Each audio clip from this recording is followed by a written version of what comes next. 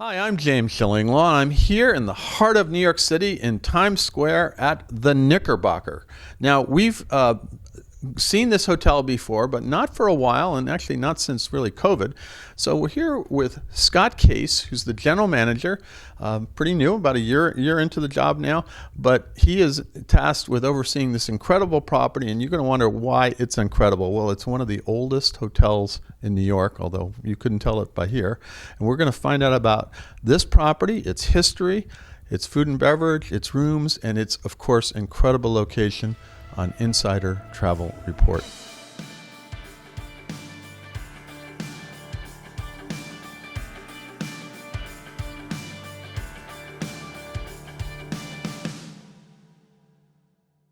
Well, Scott, you and I just sat down for breakfast, you've got a great. And I have been here before, as I told you, but this hotel, when you look into the history, and I'm sure you have, it's just remarkable. It's like a history of New York. And so tell us a little, let's start off with it. First of all, where are we located exactly? It's the heart of the world right here, 42nd Street and Broadway. Yeah, so it is really the center of all action. You're close to Broadway, you're close to, and yet, I will tell you right now, the rooms are pretty quiet. I mean, it's really, the soundproofing is amazing. Yes, it really is. And that's one of the things we're noted for being very quiet, even though it's very loud outside.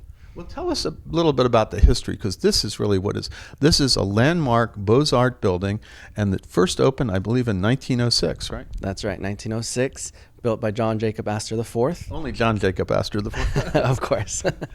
A lot of history has happened here. Everything that pretty much most Americans know about, you would see actually happened here. The invention of the dry martini. Babe Ruth was sold to the Yankees actually here on this spot. And actually, thank God. I'm a Yankees fan, so I'm like. And Enrico Caruso actually sang on Armistice Day in 1918 from our rooftop. And it was also where George M. Cohen was as well. Right? That's right. A lot of celebrities lived here back then. Yeah, and then of course it was sort of the center of New York from like 1906 to about 1920 and then Prohibition came around, and that was kind of the end of it as a hotel for then, right? That's correct. Prohibition unfortunately closed down the hotel.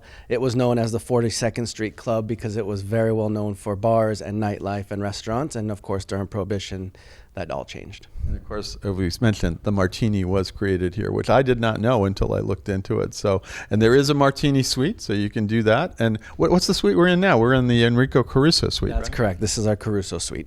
It's amazing, and the great views and incredible decor. Now, then it did reopen. Now, when did it first reopen as a hotel? 2015.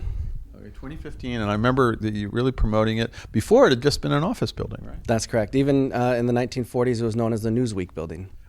And that's here, being a journalist, I should know that it was the Newsweek building, and then of course they went up on Madison Avenue. But I didn't know that too. So if you're going to sell this hotel, sell the history. I mean, the history is just so amazing, and sell the location. Now let's talk about the accommodations. We're in this incredible suite now, and you have how many suites and rooms? What's the total keys? 330 rooms altogether, including 31 suites. And within those 4 tribute suites, which is one of the ones that we're in here now. No, that's amazing. So there's a lot of options here, and some with incredible views over Times Square. As I said, it's a great place for New Year's Eve, right? That's right. We're only 150 feet from the ball drop. And it's right there, literally is right there. Now, what about food and beverage and the bar scene and all that? And we just had a wonderful breakfast, and you have breakfast, lunch, and dinner. And I believe Charlie Palmer, who's a famous chef, is your culinary consultant, right? That's right. We're proud to have him as a consultant. Charlie Palmer at the Nick is our 4th floor restaurant and lounge.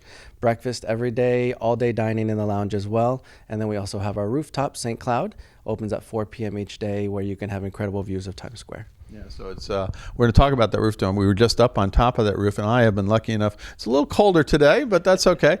And if you want to see the ball drop, that's probably a good place to see it as well. But it is one of the better rooftops around New York, and New York is all about rooftop bars, right? That's right, and one of the best rooftops in the area for sure. No, it is really amazing. So, but oddly enough, even though this is a Beaux-Arts building, landmarked, and we were looking at things that were landmarked, the interior is very modern, right? That's correct. Before 2015, when we reopened, it was completely gutted, completely modern inside, renovated by Gabrielini Shepherd, who is very well known for experiential interiors. And you can hear there's no sounds from outside. There's soundproofing from the windows. It's very monochromatic to ensure when you enter the hotel, all the lights and the smells and everything you see in Times Square, it kind of goes away, and you're able to really relax once you get inside. No, and it definitely is, and it's hard to believe when you're inside the hotel that it's just unless you go up to the rooftop and then you can see, because you are in the heart of Times Square here. You're just right below. You can see where the ball drop would be. You can see all the way upward. So it's hard to believe that when you're in here, you're listening to it here. You don't hear any street noise. You don't hear anything. So it is pretty amazing. So you can actually relax here, right? That's right. You certainly can. We want you to as well. Absolutely. Now, so what would you say to our travel advisors out there who are looking to book this now? For a while, I mean, you opened and, it wasn't exactly right away, didn't catch on. And now I think it's starting to catch on and people know what it is. And how's business been this year? Business has been great. We've been very busy, and we're definitely taking advantage of our wonderful leading hotels of the world relationship, being able to promote within them. And of course, our location, like you said, we're very few feet from 42nd Street subway, where you can get anywhere in the city. And then you're not too far from Broadway. You are on Broadway, essentially. I mean, we're on 7th Avenue, one block over, and you're at the real Broadway, 42nd Street, all the theaters there. So if you're going to send your clients to Broadway, this is probably one of the great places to have them stay, right? Yes, definitely. We partnership with all the Broadway theaters, and of course, we're very close to Bryant Park as well. Yeah, and that's really a wonderful park, not too far. It is really an incredible location, and boy, if you're looking to stay in Midtown New York and anywhere in New York, this is really the place. Now, anything else you want to tell our travel advisors about? We go to about 127,000 about the Knickerbocker today and what they should do. I mean, how should they sell it? Of course, it's location. We have Broadway shows. We have the subway station very close, Bryant Park. We also have an incredible interior design. We have food. We have beverage. The invention of the Martini was here. We also have some very exciting things coming into 2024 that I'm really excited to talk about the next time you come. Okay, we're going to have to come back and get all that update and find out what's going on, because this really is going to be you want to be a center location in New York, but I think you want to be sort of an events place that people want to come. And again, the history is just. You got to read a book before you come here to understand exactly how important this hotel has been over the years, and it is a gorgeous looking building. So I think one of the things I would sell is the history. Definitely, and in each room we actually have a history book about the Knickerbocker Hotel. Well, I'm looking here, you got a little thing about Charlie Palmer's American Fare down there that I don't think I could do any of the recipes, but that's okay. I'm happy to just go downstairs to his, and then right across the street you have Charlie Palmer Steak, which used to be L'Oreal for those of us, and so you are also in the heart of culinary world here, which is hard to believe because Times Square isn't known for that, but there's a lot of great restaurants nearby, right? There definitely are, yes. Anything else you want to tell our advisors out there about the Knickerbocker? We've always been known for our service, and that's still to this day as well. We look forward to welcoming everybody. And where can they go to find out more information, the URL, whatever? Our website, knickerbocker.com. That's pretty simple. Okay.